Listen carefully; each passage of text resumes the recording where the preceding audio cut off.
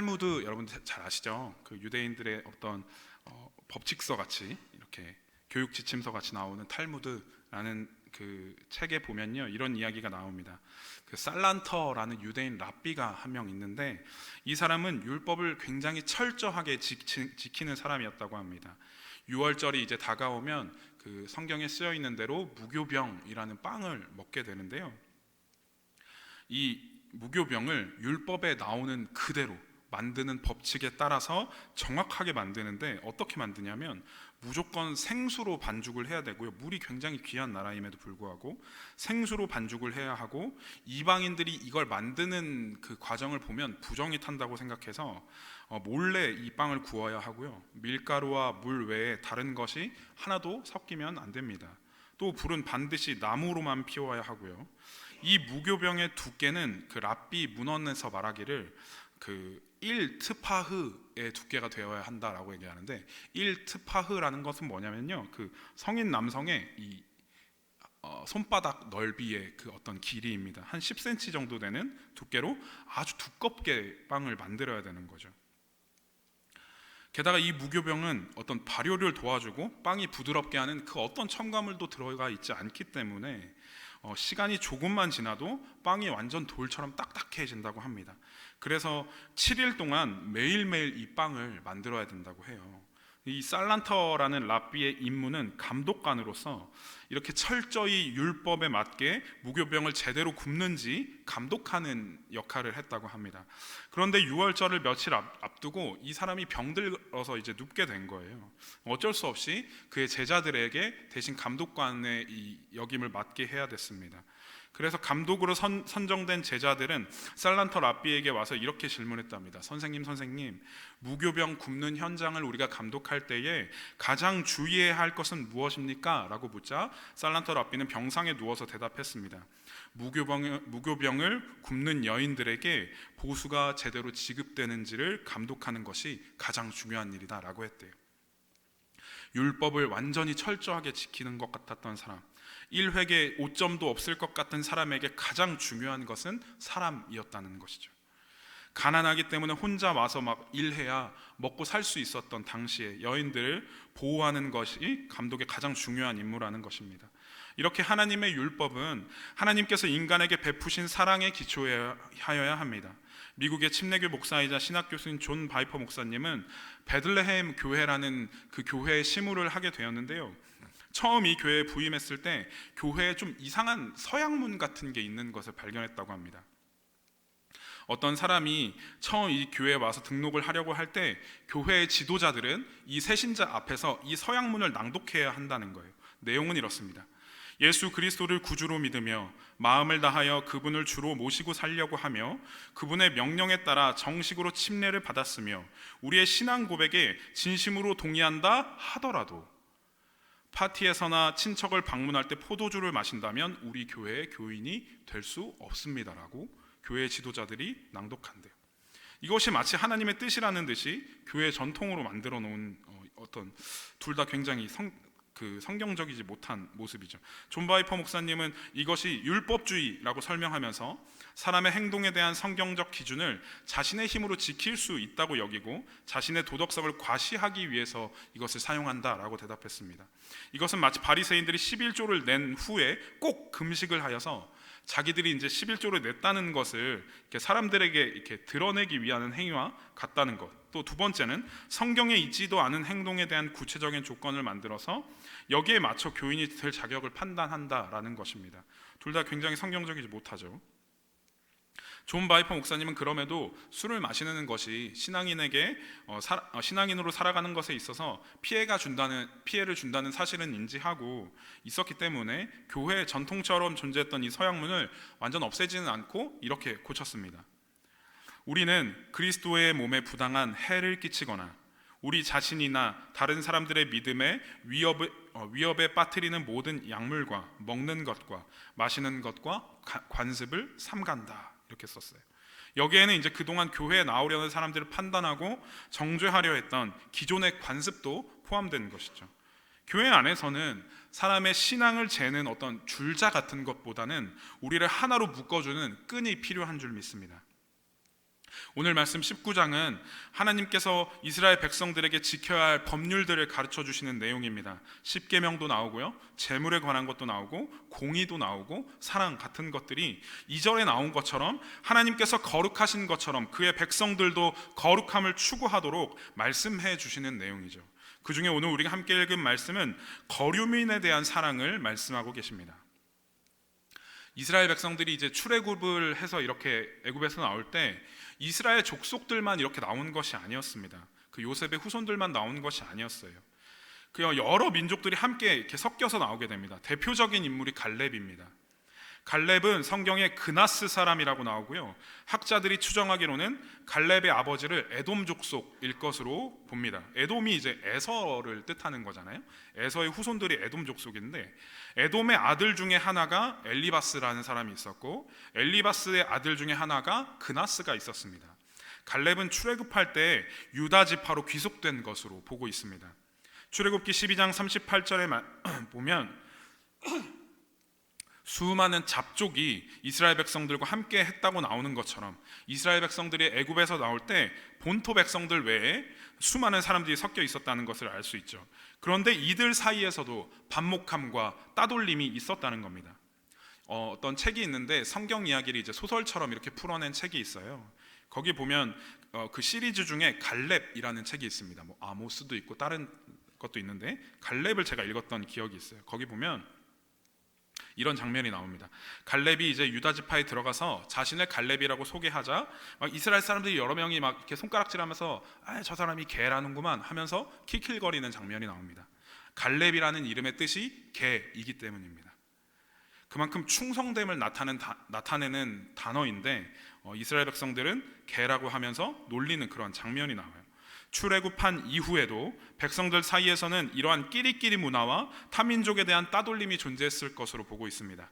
그래서 오늘 말씀에서는 너희 안에 그런 모습들을 제할 것을 규례로 정하고 명령하시는 하나님을 볼 수가 있죠. 말씀 33절과 34절을 우리 함께 읽어보도록 하겠습니다.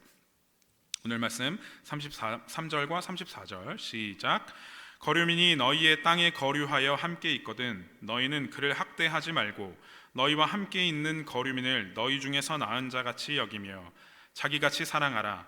너희도 애굽 땅에서 거류민이 되었었느니라. 나는 너희의 하나님 여호와이니라. 아멘. 하나님께서 이스라엘 백성들을 애굽의 압제 속에서 구해주신 그 사랑에 대한 역사적 사실에 근거해서 그 사랑을 받은 백성들 또한 그 사랑을 실천할 의무가 있다는 것을 주님 말씀해 주시는 것입니다. 또한 그 사랑은 자기 민족만을 위한 어떤 편협함을 넘어서 거류민과 이방인들을 포함한 모두에게로 그 사랑이 넓어져야 함을 보여주고 있는 것이죠. 사실 근데 이 말씀을 따라서 순종한다는 것은 어떤 개개인에 따라 차이는 있겠지만 굉장히 어려운 일이 사실입니다. 왜냐하면 34절에 나와 있듯이 너희 중에 나은 자 같이 여겨야 되거든요. 생판남을 내 가족같이 생각해야 한다는 것입니다. 정확히는 이제 타민족이라고 차별하지 말고 동족으로 대하라 라는 뜻이죠. 근데 우리나라도 보면 참 지역 감정이라는 것이 심하지 않습니까? 이 주제에 대해서 이제 누군가 앞에 나와서 논하는 것조차 굉장히 조심스러운 일이죠. 근데 제 동기가 이제 서초구에 있는 어떤 되게 큰 교회에서 전도사 사역을 하는데 그 교회 사람들은 다 이제 그 1번이에요. 그래서 장로님이 대표 기도를 하시는데 좌파 빨갱이들을 벌해달라고 기도를 한다는 겁니다. 그 교회에서는 그런 기도에 성도들이 크게 아멘을 한대요. 너무 충격이었습니다. 사실 좌인지 우인지가 뭐가 그렇게 중요합니까? 결과적으로 하나 되는 방향으로 나아가는 것이 하나님의 뜻이죠. 하나님께서 말씀으로 이스라엘 백성과 또 오늘 말씀을 듣는 우리에게 이렇게 가르치시는 것은 하나님의 사랑이 이스라엘 민족에게만 국한되지 않았다는 것을 드러냅니다. 오늘 우리가 함께 읽은 말씀 외에 19장 이제 전체를 한번 보면 나는 너희의 하나님 여호와, 나는 여호와라고 말씀하신 것이 15번이나 등장합니다. 제가 이 말씀을 읽으면서 그런 생각이 드는 겁니다. 왜 말끝마다 이 말씀을 하셨을까? 왜 말끝마다 자기가 하나님이라고 이렇게 드러내셨을까? 라고 고민을 하다 보니 이런 생각이 떠올랐습니다. 하나님께서는 이스라엘 민족을 사랑하셔서 구원하신 여호와 하나님이시면서도 온 세상 만물을 창조하신 여호와 하나님이시라는 겁니다. 하나님의 사랑은 이스라엘 민족뿐만 아니라 그가 지으신 온 세상 만물에게 향해 있다는 것이죠. 우리 옆에 있는 사람, 또 우리가 만나는 모든 사람, 우리가 밟고 사는 이 땅과 자연이 다 하나님의 사랑을 입은 대상이라는 겁니다. 당신은 사랑받기 위해 태어난 사람 하면서 이제 길을 가다가 바닥을 보고 당신은 사랑받기 위해 태어난 잡초라고 부를 수 있는 것이죠. 들에 핀 풀 한 포기와 공중에 나는 새 한 마리도 다 하나님의 사랑의 대상인 것입니다. 그래서 우리가 자연도 아껴야 하고 동물들도 아껴 주어야 하는 것이죠. 교회도 마찬가지입니다. 교회 안에서 나와 다르기 때문에 차별받아야 하는 존재는 아무도 없습니다. 애굽 땅에서 종되었던 이스라엘 민족이 하나님께서 구원하시는 대상이 되었듯이 가장 보잘것없어 보이는 그 누구라 해도 내 가족처럼 대해야 한다는 것이죠. 근데 이것은 분명 노력이 필요한 것인 것은 맞습니다. 필요한 일이죠. 당연합니다. 나와 피가 섞인 가족이 아닌데 가족처럼 대한다는 것은 쉬운 일이 아닙니다만, 우리가 하나님의 말씀을 듣고 하나님께서 세상의 창조주의심을 드러내면서 규례로 세우신 일에 정직하게 응답하는 것이 그리스도인의 본분인 줄 믿습니다. 너무나도 놀랍게도 제가 올해 목사고시를 패스하고 내년에 목사 안수를 받게 되었는데요, 목사고시를 보기 전에 우리 인천노회에서 면접을 봅니다. 그 면접 보시는 목사님께서 그런 말씀을 하시더라고요. 동성애에 대해서 어떻게 생각하느냐, 찬성이냐 반대냐, 교회가 동성애자를 어떻게 대해야 하냐라는 질문이었습니다. 막연한 생각만 나고 막연한 대답만 했습니다. 동성애를 죄로 여기지만 그들은 교회는 품어줘야 한다, 이런 흔한 대답을 했어요. 모든 사람이 다 그런 대답을 했습니다. 그런데 그 목사님께서 진짜로 레즈비언이나 게이를 본 적이 있냐, 만난 적이 있냐 라고 물으시는 거예요. 없었죠, 당연히. 근데 실제로 그들을 교회 안에서 품어주었을 때 굉장히 많은 혼란을 주고 교회를 어지럽게 하는 상황을 겪게 된다는 것이죠. 그래서 그 목사님께서 가르쳐 주셨던 것은 품어준다 할지라도 이것이 죄인 것을 성경을 통해 가르치고 일정 기간을 주고 고쳐가게 하고, 그렇지 못한다면 출교하는 것이 옳은 방법이다라는 얘기를 저한테 말씀하셨습니다.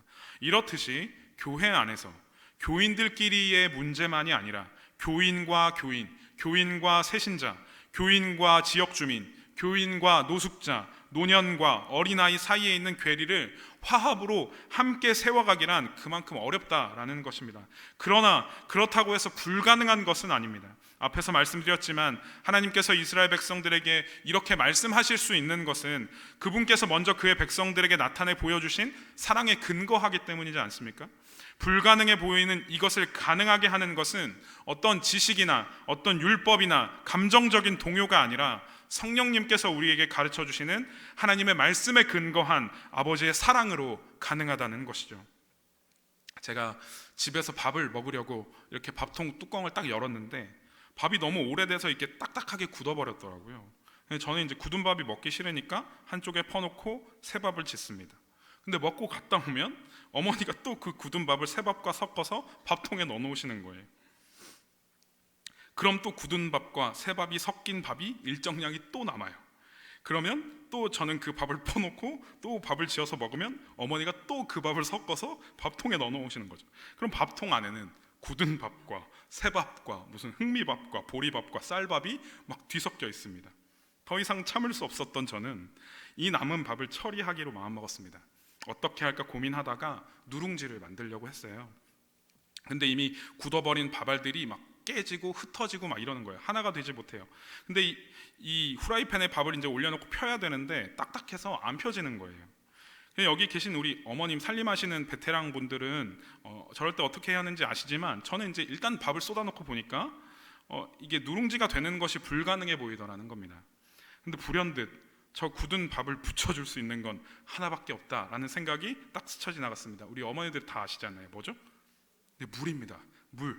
생각해보니까 수분만 있으면 붙을 것 같은 거예요. 될 것 같은 거예요. 그래서 물을 꽤 자작하게 붓고 일단 밥알들이 바닥에 펴기 시작했고요. 수분을 다 날리고 나니까 결국엔 누룽지가 되었습니다. 증거 자료를 제가 보여드리겠습니다. 한번 띄워주시겠습니까? 자, 제가 만든 누룽지예요. 화면상으로 잘 보이지는 않지만 겉은 굉장히 바삭하고 쫀쫀한 아주 맛있는 누룽지가 됐습니다. 저 상태에서 이제 막 뜨거운 팬이 뜨거운 상태에서 물을 붓고 여열로 한번 부르르 끓고 나서 먹으면 바삭함이 살아있는 누른밥이 됩니다. 제가 굉장히 신나 보이죠? 네, 저것도 좋아합니다 제가. 사랑하는 성도 여러분, 사진 보셔서 아시겠지만 어디는 하얗고 어디는 까맣고 어디는 마르고 어디는 축축한 것이 마치 우리 같지 않습니까? 하나의 교회 안에서도 너무나도 많은 제각각의 사람들이 있습니다. 그런 교회가 하나 될 수 있는 것은 하나님 말씀에 잘 나타나 있는 하나님의 사랑을 가르치시고 하나 되게 하신 성령께서 우리와 함께 하시기 때문입니다. 말씀으로 하나님의 사랑의 마음을 깨닫게 하시고 깨달아 경험한 하나님의 사랑을 나누어 줄 때 비단 우리끼리가 아니라 우리가 만나는 사람과 지으신 만물을 그렇게 대할 때 하나님 아버지의 사랑으로 우리는 하나가 될 수 있습니다. 사람을 대할 때에 내가 먼저 하나님의 사랑을 받은 사람이라는 확신과 자부심을 가지고 모든 관계를 뛰어넘어 받은 그 사랑을 나누어주는 그리스도인이 되시기를 진심으로 축복합니다.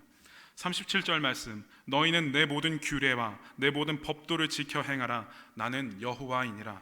아멘. 오늘도 말씀으로 우리에게 하나님의 마음을 알려주시는 성령, 그 안에서 행동하고 살아가는 저와 여러분들이 되시기를 소망합니다. 19장 전체에 걸쳐서 하나님의 규례는 결국에 하나님 사랑과 이웃 사랑으로 귀결됩니다. 사랑이 없으면 하나가 될 수 없습니다. 사랑이 없으면 율법도 없는 겁니다. 그 사랑이 한 인간으로 이 땅에 내려오신 예수 그리스도로 인하여서 완성되었습니다. 예수님께서 우리에게 친히 보여주신 사랑의 마음을 닮아가는 우리가 되기를 진심으로 축복합니다. 함께 기도하겠습니다. 하나님 아버지 참 감사합니다. 오늘도 우리에게 말씀 주셔